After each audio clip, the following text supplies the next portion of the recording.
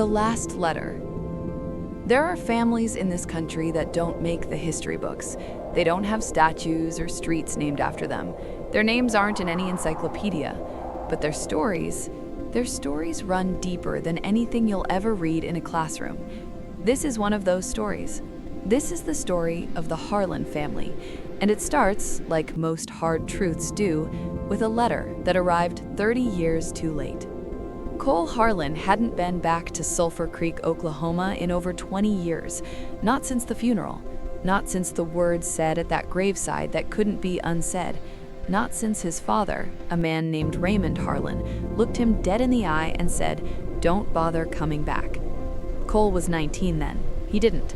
He built a life in Phoenix, married, had a daughter named Lily, worked construction until his back gave out, then he managed the crew. He was good at that, managing things from a distance. That was always his specialty.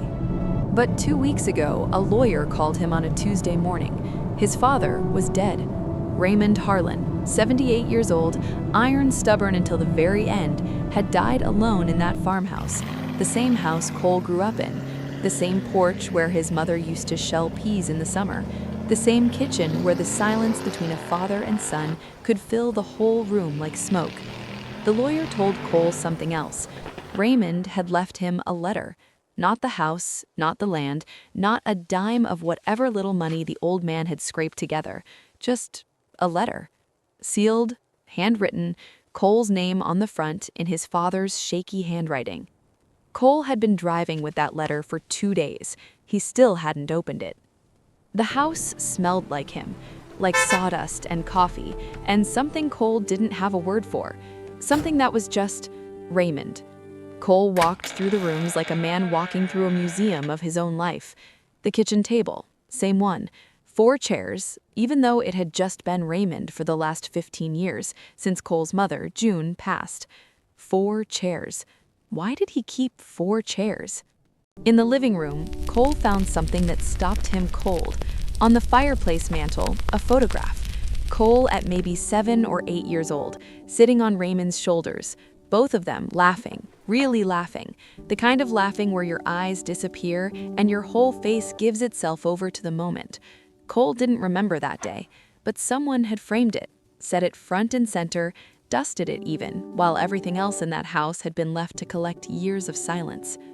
There are men in this country who were raised by men who never said "I love you" once in their lives. Not because they didn't feel it, but because somewhere down the line, maybe their own fathers, maybe the war, maybe just the weight of hard land and hard seasons, the words got swallowed, buried, left underground like something they couldn't afford to dig up. Raymond Harlan was that kind of man, and Cole had spent 45 years being angry about it. He read it once fast, like ripping off a bandage. Then he sat very still. Then he read it again, slowly. Cole, I know you won't want to hear from me. I know I don't have the right. I've had a lot of years out here to think about things. About your mother. About you. About the night you left and what I said to you. I was wrong.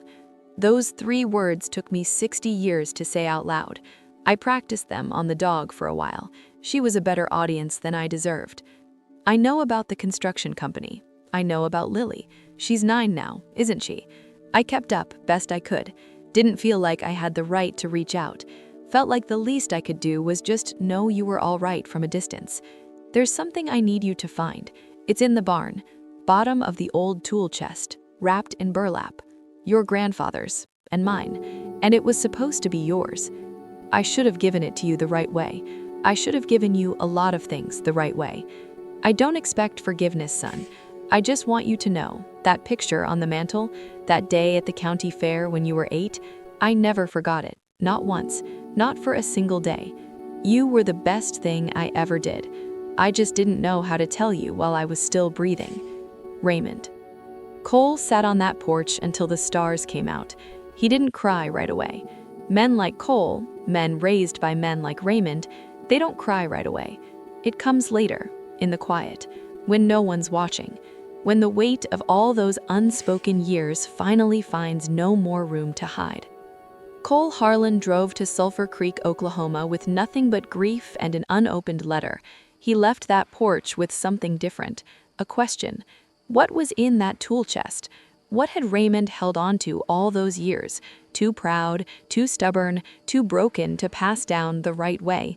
And what does a man do when the father he spent his whole life resenting turns out to have been watching over him the whole time? We'll find out, because this is only the beginning of the Harlan bloodline, and some stories, the real ones, they don't end with the man who couldn't say the words. They end with the son who finally understands them. Part 2 coming soon. If this story hit you somewhere real, hit that like button. Leave a comment telling me about someone in your family who showed love in silence. Subscribe so you don't miss what's in that barn, because I promise you, it changes everything.